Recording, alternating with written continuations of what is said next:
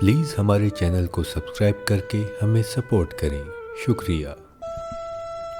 جسم بھی کیا عجب بلا ہے، جب ایک آنکھ دوسرے جسم کو دیکھتی ہے تو وہی نظر کسی کو خوبصورت جانتی ہے تو کسی کو بدصورت۔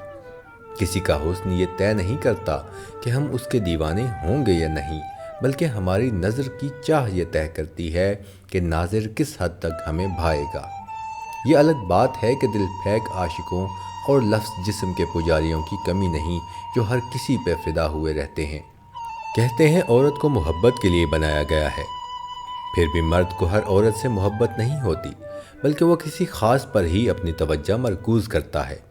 مرد کی فطرت ہے کہ وہ جب تک مطمئن نہ ہو کسی شے یا انسان کو اپنی زندگی بھر کا ساتھ نہیں دیتا اور بیچ راہ میں کسی اور کے لیے چھوڑ دیتا ہے۔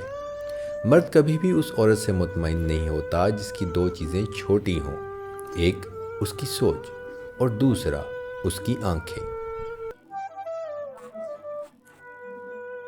جب بھی کوئی عورت کسی مرد کی جانب راغب ہوتی ہے تو اس کی خواہش ہوتی ہے کہ وہی اس مرد کی کل کائنات ہو اور کوئی دوسری عورت اس کے قریب بھی نہ بھٹکے۔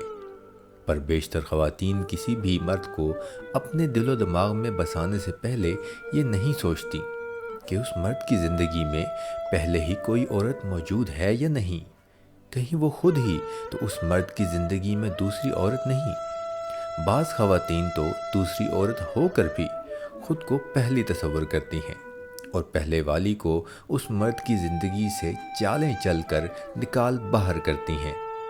مگر یہاں پر کچھ سوال پیدا ہوتے ہیں کہ آخر مرد کی زندگی میں دوسری عورت آتی کب ہے؟ کیا مرد کی ہوس ہی اصل وجہ ہے یا کچھ اور؟ جب مرد کسی عورت کا ہاتھ تھامتا ہے تو وہ یہ خواہش رکھتا ہے کہ وہ ہمیشہ اتنی ہی شدت سے اس مرد سے محبت کرے جتنی شدت سے اس کا ہاتھ تھامتے وقت کرتی ہے۔ اس بات سے انکار نہیں کہ بعض مرد اپنی ہوس پوری کرنے کی خاطر ہی دوسری اور دوسری سے تیسری عورت کو بھی اپنی زندگی کا حصہ بنا لیتے ہیں۔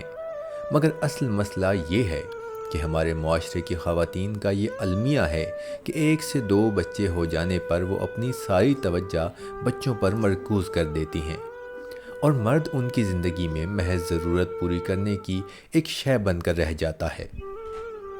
ایسے میں مرد کی محبت تو موجود ہوتی ہے، مگر اب اس محبت کی طلب رکھنے والی وہ عورت دوسری دنیا میں محو ہو چکی ہوتی ہے، جس کی بدولت مرد کو پھر سے طلب ہوتی ہے کہ اس کی محبت کو سراہنے والا کوئی ہو۔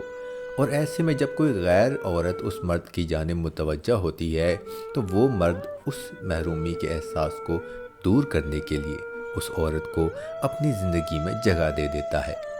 یقیناً عورت پر گھر کی، اولاد کی بہت ذمہ داریاں ہوتی ہیں، مگر اس کی سب سے پہلی ذمہ داری اس مرد کی محبت کی قدر کرنا ہے۔